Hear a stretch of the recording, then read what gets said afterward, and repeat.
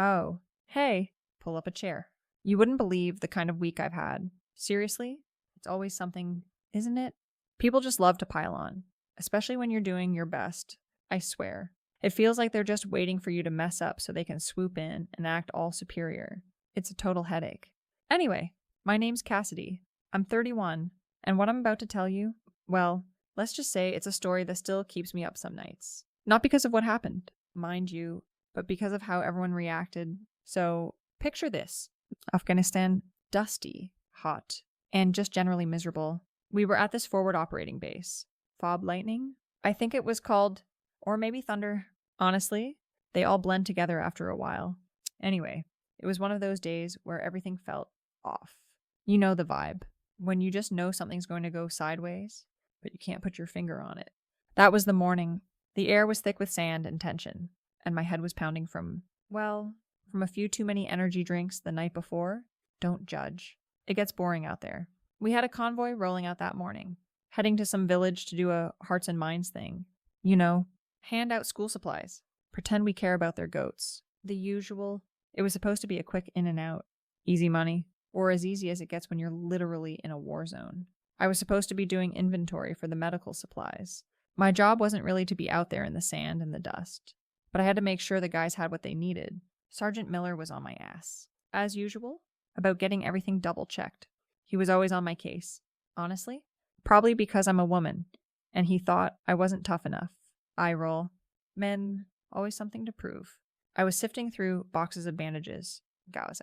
The usual trauma kits. It's mind-numbingly boring, and I was trying to rush through it because I had plans. Yeah, plans, even out there. Staff Sergeant Hayes had been giving me the eye, and let's just say he was a lot more interesting than counting sterile wipes. He was a reformed wild boy, always talking about how he'd cleaned up his act, but you could tell he still had that spark. I totally had him wrapped around my finger. 2, he was constantly checking in, offering to help with my workload, bringing me extra MREs. It was sweet. Really, and between us, I loved the attention.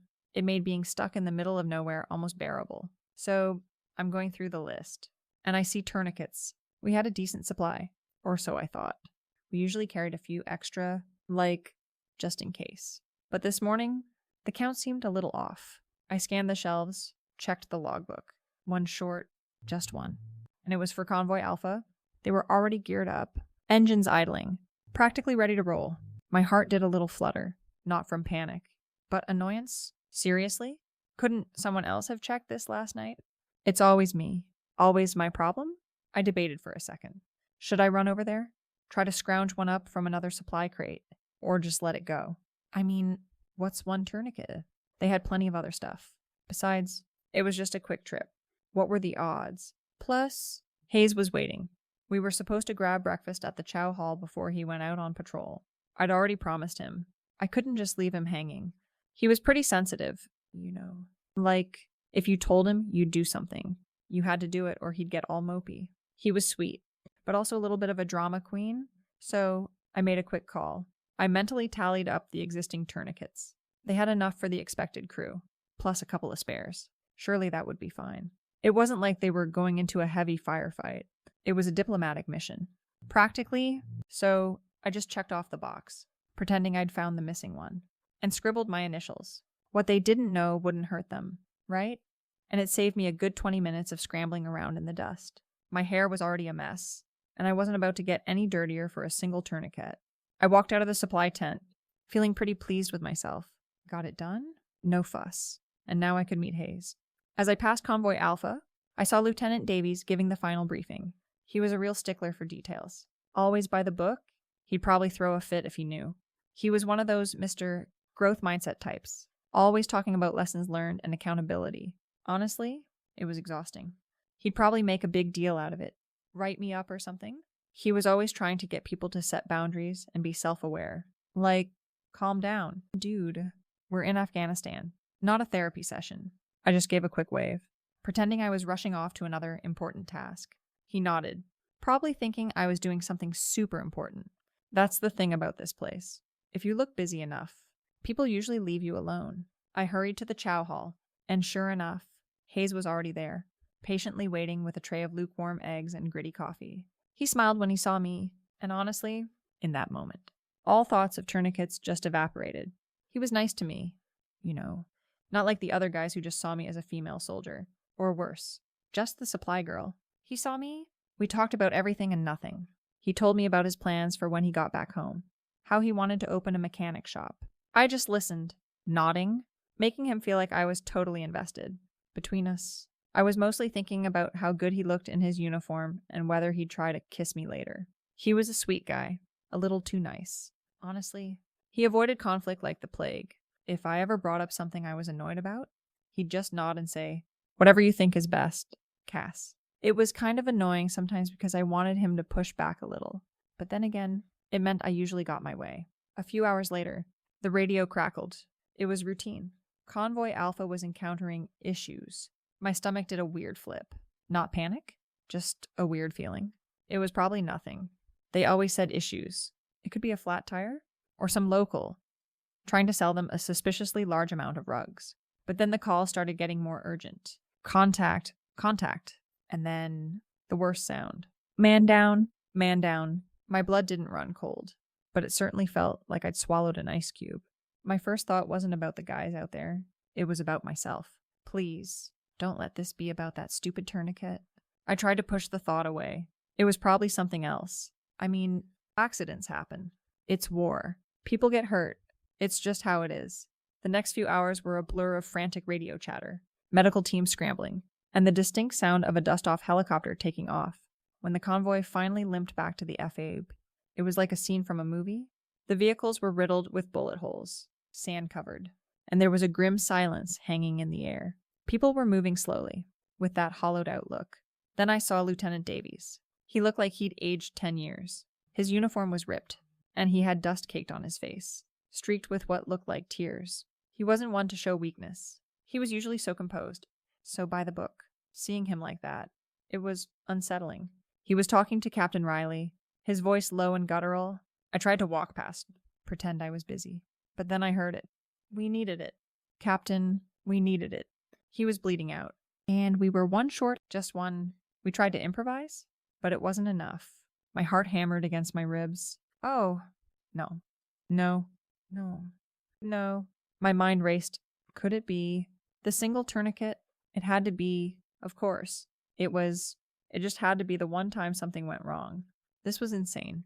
It was just one. How could one make such a difference? It wasn't my fault they were so unprepared. Why didn't they check? It's not my job to babysit everyone. I ducked into the nearest tent, pretending to organize some paperwork. My hands were shaking a little, but it was just from the adrenaline. I told myself, not guilt. Definitely not guilt. I just needed to look busy. I heard the whispered conversations. A young kid, fresh out of training, just 19. Private Miller, they said, not Sergeant Miller. But Private Miller, a different one. No, Private Thompson. Yeah, that was it. A kid. Bled out in the sand? And it was on me. Not really. Though, it wasn't all on me. I heard someone say something about the official report. About inventory logs? My stomach dropped. They were going to check the logs. My scribbled initials. The fake check mark. Damn it. This was exactly why I hated working with these people. Always looking for someone to blame. If I was a man, they wouldn't care. They'd just say it was an oversight. A mistake? But because I'm a woman, it'll be a whole thing. They'll say I'm incompetent, emotional, all that garbage. It's always the same. Later that evening, Hayes found me. He looked pale, but he was trying to be strong for me. I guess. He put his arm around my shoulder, and I almost flinched. He said, "Cassidy, are you okay?" I heard about Thompson. He hesitated. They're saying they're looking into the medical supplies. I snapped. Why are they always looking into my supplies? It's not my fault if people don't know how to use what they have. And besides, how do they know it was the tourniquet? Maybe he had other injuries. Maybe they just weren't fast enough. It's easy to blame the supply chain when you mess up out there. My voice was rising. I could hear it. I was getting defensive. But who wouldn't? Everyone was always trying to pin things on me. Hayes looked a little shocked, like he wasn't expecting that reaction. He just mumbled, "Yeah, I guess." He was such a people pleaser. It was almost annoying. He just let me rant. Didn't try to contradict me. He should have stood up for me more. Honestly, he just sat there, listening, probably thinking I was some kind of monster. Ugh. The next few days were a nightmare. Captain Riley called me into his office. He had that stern, unreadable face, the kind that makes you instantly defensive. He just laid out the facts. The inventory log for Convoy Alpha showed a full complement of tourniquets. Our field report, however, indicates they were one short at the point of injury. Your initials are on that log. Specialist? I just stared at him, my mind racing for an excuse. Sir, I double-checked everything. Maybe someone took it after I signed off. You know how it is. Things go missing. People borrow stuff without telling anyone. Or maybe it was a miscount from the previous shift. I came in early, sir. I did my best. I pushed a few tears into my eyes. It usually worked. Tears always made men uncomfortable. They'd back off, not wanting to deal with the emotional fallout. It was my go-to. Weaponized vulnerability? They call it, and it worked wonders. Captain Riley just sighed. He didn't yell. He didn't even raise his voice. That was worse. Specialist. Private Thompson bled out. He was a good kid. This isn't about missing supplies. This is about accountability. The investigation is ongoing. My heart sank. Ongoing? That meant more questions. More people looking at me. It was so unfair. I was just trying to do my job. Trying to get by. And suddenly I was the villain. It wasn't like I wanted the kid to die. It just happened. It was an accident. They made it sound like I purposely removed it. It was ridiculous. The rumors started flying around the FOB. You know how it is in a small community like that. Everyone knows everyone's business. And if they don't, they make it up. I heard whispers, glares. People started avoiding me. Even Hayes seemed distant. He wasn't bringing me MREs anymore. Wasn't seeking me out. He just looked tired. Checked out? He used to try, but I guess he just gave up. Maybe he heard the gossip. 2, what a fair weather friend. One day, I overheard some of the other female soldiers talking. They stopped talking when I walked by, but I caught snippets. Unprofessional. Irresponsible. Shouldn't be here. Bitches. Seriously? They were just jealous. Probably jealous that Hayes had been giving me attention. They were always so quick to judge, never thinking about what they would do in my shoes. It was just a stupid tourniquet. It was a war zone. Things happen. The military investigation felt like it dragged on forever. They interviewed everyone. They pulled up old reports. My performance reviews. It was like they were digging for anything to nail me. I kept denying it. Of course, I stuck to my story. I checked it. It was there. Someone must have taken it. I even hinted that maybe Lieutenant Davies hadn't actually checked his loadout thoroughly enough. I mean, he was busy, right? It could have been him. Or one of his guys. Easy to push the blame, especially when they weren't looking. I remember his face when he came back. How distraught he looked. Probably because he was the one who messed up. And he just wanted to blame someone else. Hayes finally confronted me. He came to my barracks room, looking more serious than I'd ever seen him. Cassidy, they're saying you signed off on the missing tourniquet. They're saying it was you? I rolled my eyes. Oh, they're saying, and what? You're just going to believe them. You're going to believe some officers who want to cover their own butts instead of believing me. After everything we've been through, I started tearing up again. Just a little. I thought you supported me. Hayes, I thought you believed in me. It's a betrayal. He just looked at me, his eyes full of something I couldn't quite place. Disappointment. Maybe Cassidy. I can't. This is too much. That kid, he had a family. He was just a kid. And what about my family? I shot back, ignoring the pang in my chest. What about my life? Do you think this is easy for me? Everyone is just piling on. I'm doing my best. And they're making it worse. I didn't care anymore. He was just like the rest of them. Always quick to jump ship when things got tough. He wasn't the strong, supportive guy I thought he was. He was just too nice, too weak. He shook his head, looking completely deflated. I can't do this, Cass. I'm done. I can't be around this energy. I'm sorry. And then he just walked out, just like that, after all our talks, all our plans. He just left me. It was so dramatic. I mean, he knew I was under stress, right? He should have been more understanding. He was supposed to be the one person who saw through all the garbage and just got me. But no, he just had to take everyone else's side. The final ruling came down like a ton of bricks. Not a dishonorable discharge, but pretty close. It was an administrative separation, with a general discharge under honorable conditions. Sounds fancy, but it basically means they wanted me gone, but didn't want to go through the whole court-martial thing. They said my actions contributed to a significant lapse in medical preparedness, and resulted in avoidable loss, as if it was all my fault. They also mentioned a pattern of neglecting duties and falsifying records.